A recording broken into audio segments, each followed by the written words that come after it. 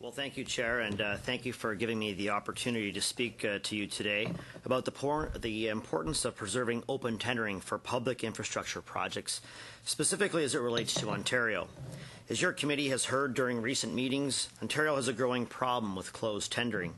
For years, certain construction unions have successfully exploited a legal loophole in our outdated labor laws that allows them to certify public sector employers as construction companies.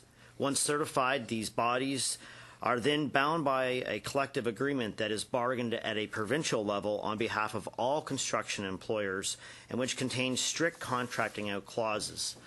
The restrictions in these agreements stipulate that a certified employer must only award contracts to companies organized by a specific union. In other words, this legal loophole allows certain unions to set up labor monopolies that inflate costs and deny qualified contractors the right to work on infrastructure projects, including those funded by all three levels of government. Sault Ste. Marie, for instance, has been certified by the United Brotherhood of Carpenters and Joiners of America, as well as the Laborers International Union of North America. This particular setup has restricted the overwhelming majority of contractors from working on public infrastructure in Sault Ste. Marie, since municipal projects must be awarded to companies organized by both unions. It goes without saying this lack of competition inevitably pushes costs up. The Greater Essex County School Board reports that its cost for public projects has jumped by 10 to 20% after being certified by several trade unions since the early 1980s. Similarly, the City of Hamilton reported an initial 5% uptick in public infrastructure costs after it was certified by the Carpenters Union in 2005. It later found, however, that the increase was closer to 40% after a consultant analyzed the impact of certification. The millions of dollars that are needed every year to pay for these inflated costs come from taxpayers, regardless of their financial situation. Canadians are willing to pay their fair share, but they don't want to see their taxes rise simply because the government allows certain unions to restrict open competition. I have to say this issue got personal for me when I learned that the Carpenters Union was attempting to certify my own region, the region of Waterloo. By now, I know all of you have heard the story of how two regional workers tasked with building a blue garden shed in Wilmot Township on a Saturday signed union cards asking to join the Carpenters. The region of Waterloo, just like the other public sector employers I already mentioned, did not enter this process voluntarily.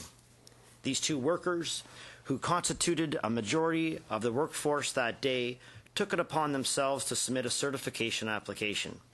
If this application is successful, nearly every regional project that's put out to tender will have to go to a company organized by the Carpenters Union. That means thousands of contractors and their employees will be deprived of the right to work on publicly funded infrastructure projects in the Waterloo region. In fact, this development would block as much as 90% of contractors from bidding on certain infrastructure projects. For example, Waterloo Region has tendered more than $140 million worth of water and wastewater infrastructure projects since December 2009, according to the Progressive Contractors Association of Canada. For each of these projects, 27 companies pre-qualified to bid on the work. However, if the region had been certified over that same period of time, only 2 companies would have pre-qualified to bid on those projects. With so few bidders, the result of this union monopoly would undoubtedly be higher infrastructure costs. In fact, Cardis estimates the increase for the region of Waterloo could be as much as $78 million a year.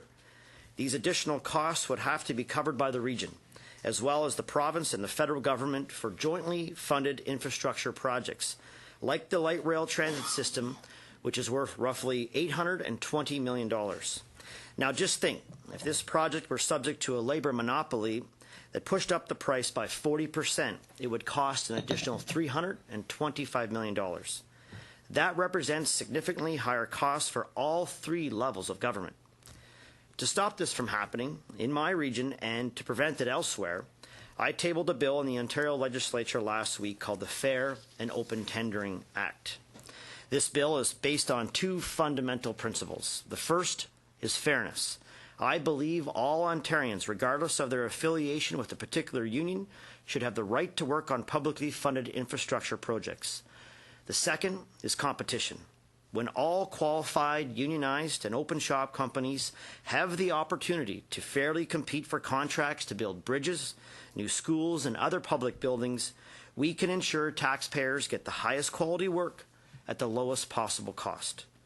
Following these two principles, this bill, if passed, would exempt municipalities and school boards from province-wide bargaining in the construction industry.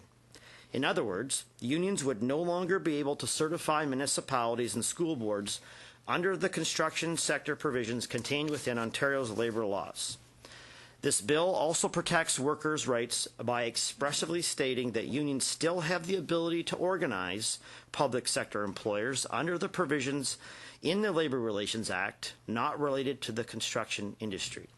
This is a fair and reasonable solution that has already gained a significant amount of support from both unionized and non-unionized contractors.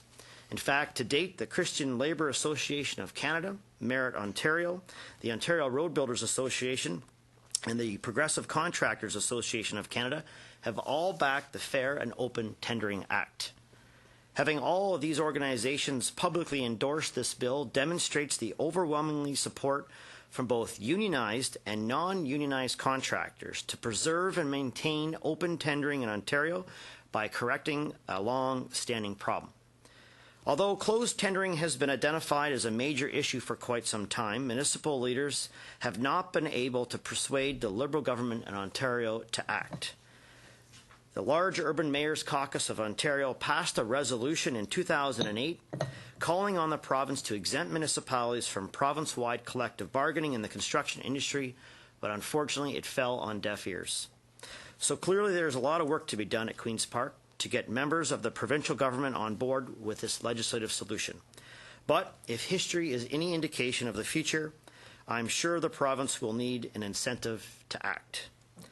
That's where the federal government could come in. To ensure all workers, regardless of union affiliation, have the right to work on publicly funded projects, the federal government could require that transfer payments for infrastructure be subject to open tendering. This requirement would be similar to the federal government's open tendering clause in the Building Canada Fund Agreement with Nova Scotia. By taking this action, the federal government could ensure that federal tax dollars are used to improve our communities instead of subsidizing labour monopolies in Ontario. I think what we all need to realize is that at the end of the day, there is only one taxpayer. And considering that Ontario has a $60 billion infrastructure deficit, we should be doing everything in our power to make tax dollars go even further. That's why I'm calling for legislative change at the provincial level and for an open dialogue with all levels of government to determine what reasonable conditions can be put in place to guarantee fair and open competition.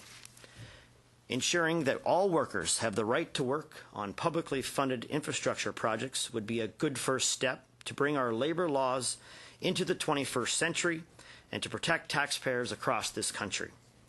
Again, I'd like to thank the committee for giving me the opportunity to speak today, and I'm sure I'll be happy to take your questions.